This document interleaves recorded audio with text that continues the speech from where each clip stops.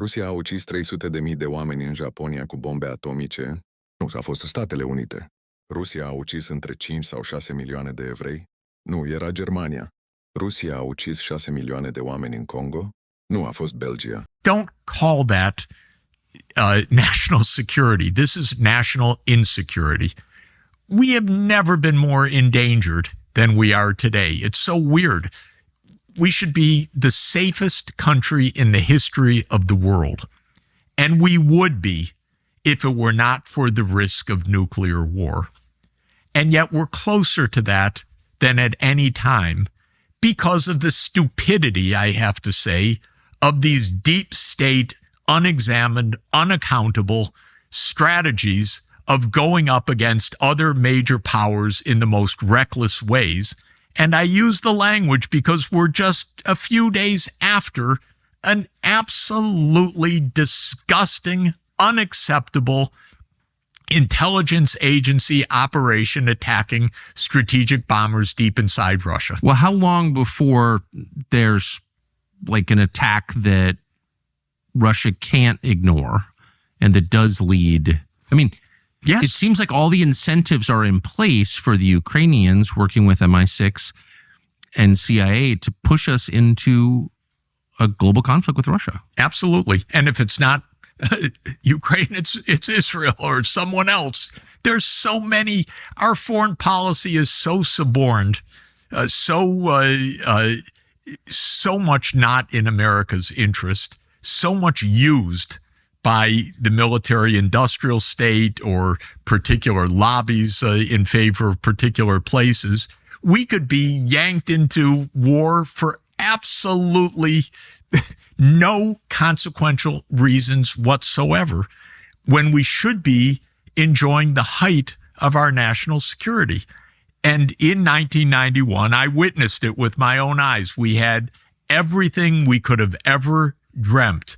Our erstwhile foe, and that's another long story why they were the foe, but our erstwhile foe of the Cold War said, we don't want to be an enemy. We want to be friends. We want to open up. We want to reform. We want to be with you. In fact, of course, famously, Putin said, we want to be part of NATO.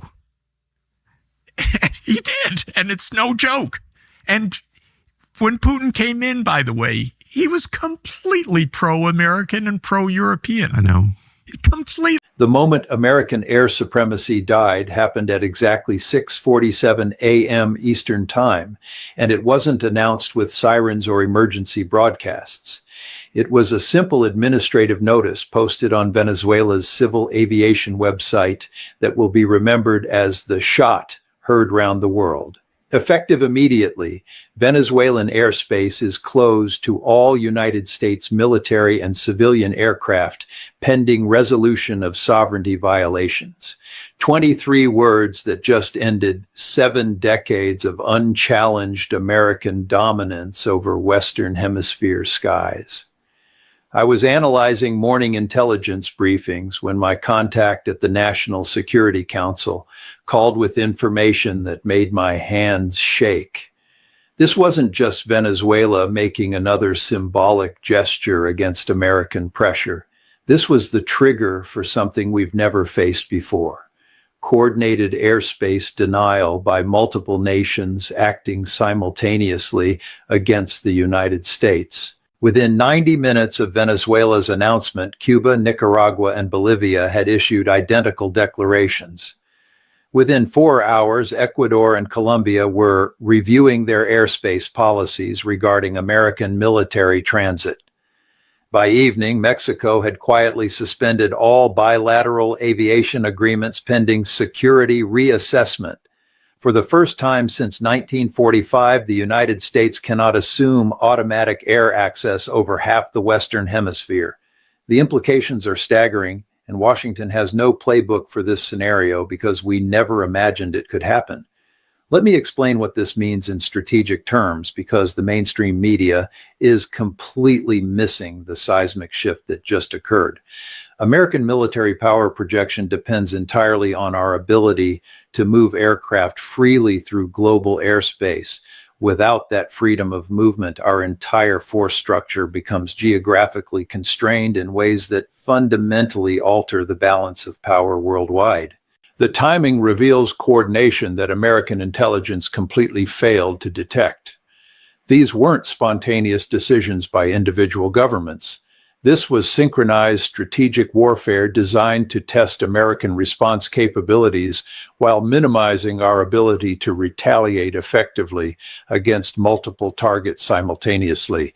But here's what should terrify Pentagon planners most about this development. The legal framework being used against us is our own creation. Every one of these nations is citing the Chicago Convention on International Civil Aviation, which the United States wrote and promoted as the foundation of global aviation law after World War II. Breaking news, the standoff in Latin America has just taken a dangerous turn. U.S. warships are now stationed off Venezuela's coast, part of Washington's campaign to crush Maduro's regime and the cartels that back him. But Venezuela is no longer standing alone. Reports confirm that Chinese amphibious tanks have been spotted unloading at Venezuelan ports, with satellite images showing armored columns moving inland. At the same time, Russian advisors are said to be on the ground assisting with air defense systems around Caracas. This means the confrontation is no longer just U.S. versus Venezuela. It's becoming a proxy showdown with China and Russia directly involved. Analysts warn this could evolve into the most serious hemispheric crisis since the Cuban Missile Crisis. The risks are enormous. Venezuela controls the world's largest oil reserves. Shipping lanes across the Caribbean could be disrupted, and any clash could drag NATO, Beijing, and Moscow into the same battlefield. Officials are giving some details about the U.S. military operation that led to the arrest of Venezuelan President Nicolas Maduro. President Donald Trump says U.S. troops have been practicing on a replica building of Maduro's presidential compound in Caracas.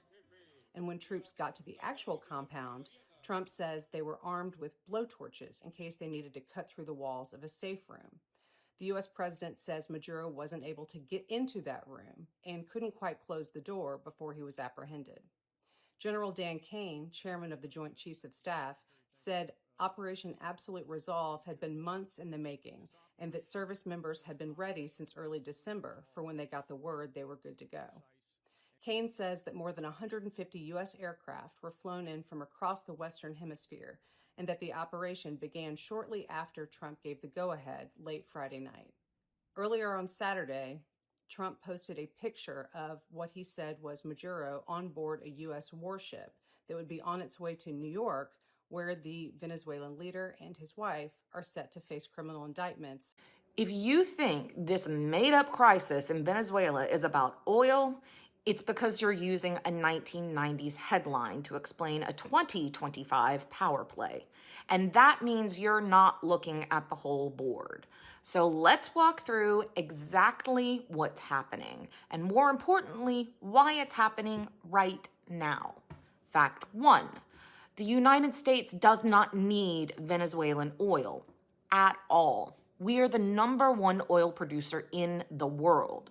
We produce more oil per day than Saudi Arabia.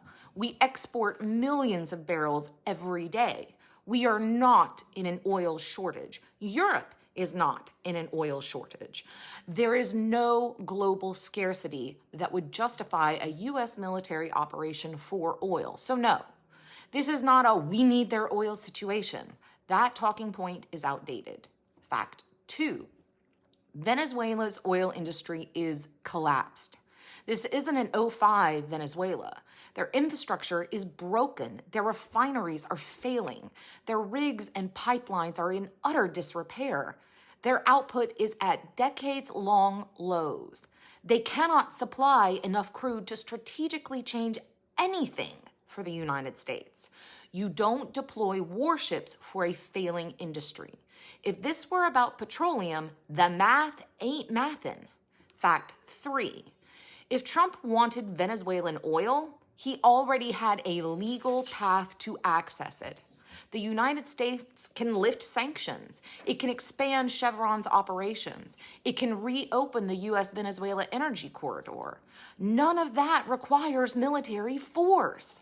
None of that requires bypassing Congress. None of that requires escalating a foreign crisis. So if this were about oil, he'd take the easiest path. He's not. He's taking the most dangerous one. And that tells you everything. Fact 4. Trump's biggest donors are not oil companies. They're private equity firms and extraction investors. And private equity is not chasing barrels. They're chasing leverage, ports, shipping routes, mineral rights, territory, and reconstruction contracts worth billions. Oil is not the moneymaker anymore. Control is. Fact 5. The timing exposes the strategy. If this were about oil, it would have happened years ago, before Venezuela collapsed, before pardoning traffickers, before destabilizing NATO, before threatening military tribunals, before this sudden crisis appeared without evidence or congressional briefings. None of this lines up with energy strategy. All of it lines up with authoritarian strategy. And the reason this is happening right now, because Trump needs a foreign emergency before Congress flips, before the courts catch up to the executive orders, before the public fully grasps what he is doing. He needs a crisis big enough to justify expanded military authority and emergency powers. He needs a national security narrative that lets him bypass Congress oversight, bury investigations, and accelerate the consolidation of power inside the executive branch. A Venezuela crisis is fast, it's external, it's emotionally potent. It doesn't require legislation, and it lets him jump the line on democratic checks. Fact 6. Venezuela gives him the one thing oil cannot: justification. A foreign threat, a crisis large enough to activate military force, a narrative he can call an emergency, a frame that lets him expand executive power without Congress, without oversight, and without resistance. Oil doesn't give him that. A manufactured foreign crisis does. And before anyone twists this, none of this is the fault of the Venezuelan people. They are not the villains in this story. They suffer first, they suffer hardest, and they get used as political props by men who will never pay the cost of their decisions. This isn't about helping Venezuelans. It's not about liberating anyone, and it's not about oil. It's about power. And the people who always pay the price for power games like this are the people living inside the crisis, not the men manufacturing it. So let's call it what it is. This is not an oil grab. This is a power grab. And Venezuela is the pawn, not the prize. They did not pay in dollars. Venezuela became the first laboratory for a post-dollar oil market. They started selling their oil for Chinese yuan and increasingly for USDT crypto. By sanctioning them, the U.S. forced Venezuela to build a financial immune system. They proved to the world that you can sell oil without Washington's permission. And now the tables have turned. While the U.S. has plenty of oil in Texas, it is the wrong kind of oil. It is light sweet crude. But the massive American refineries in the Gulf Coast, they were built 50 years ago to process heavy sour crude. Without that heavy oil, the refineries choke. They cannot produce enough diesel. And if diesel runs out, the American supply chain stops. So we see the unthinkable. American diplomats are quietly going back to Caracas. They are issuing waivers to companies like Chevron to pump oil in Venezuela again. They are offering debt relief. They are essentially begging the man they tried to overthrow to please turn the pumps back on. This is not diplomacy. This is surrender. It proves that when push comes to shove, the United States needs the Global South's resources more than the Global South needs the United States' permission. But if the situation in Venezuela is embarrassing, the situation in Washington is absolutely terrifying. While the diplomats are begging for oil, the Treasury is begging for cash. This is where the new Treasury Secretary, Scott Bessent, finds himself in a trap.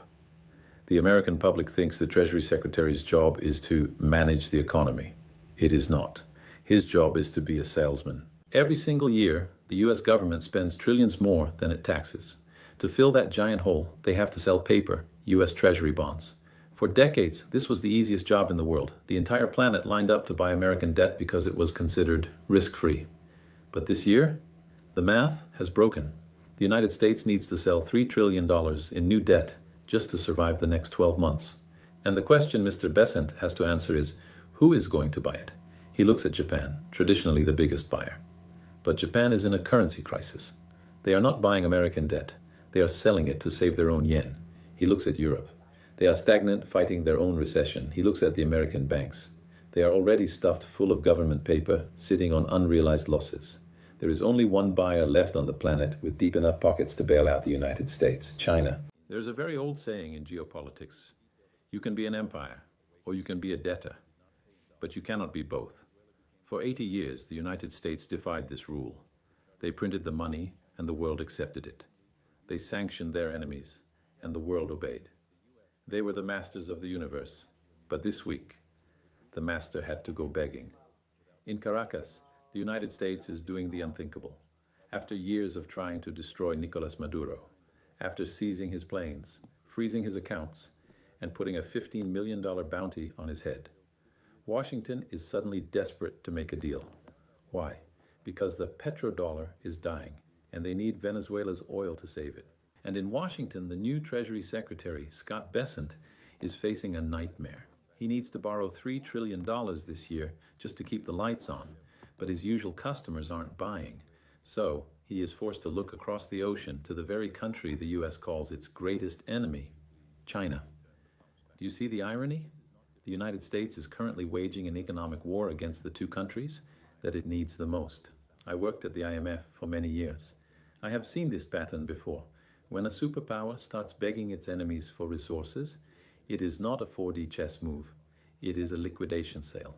Today we are going to look at the two desperate deals happening behind closed doors. The oil deal in Venezuela and the debt deal with China. Because if either of these deals fails, the American economy does not just recession, it stops.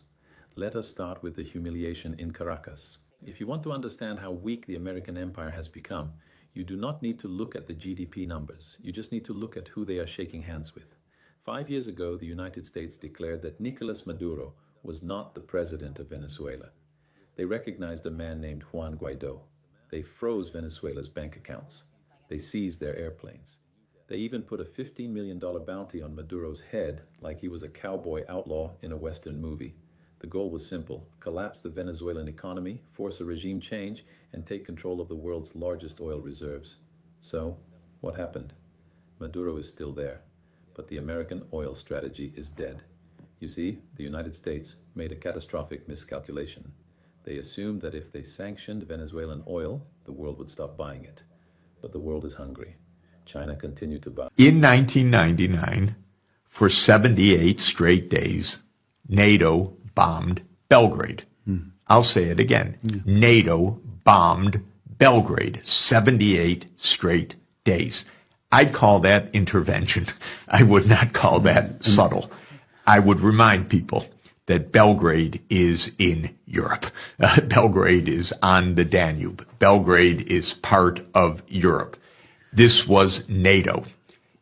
And after 78 days of bombing, the U.S. broke Serbia apart and declared that Kosovo was now an independent country, recognized Kosovo in 2008, as did European countries.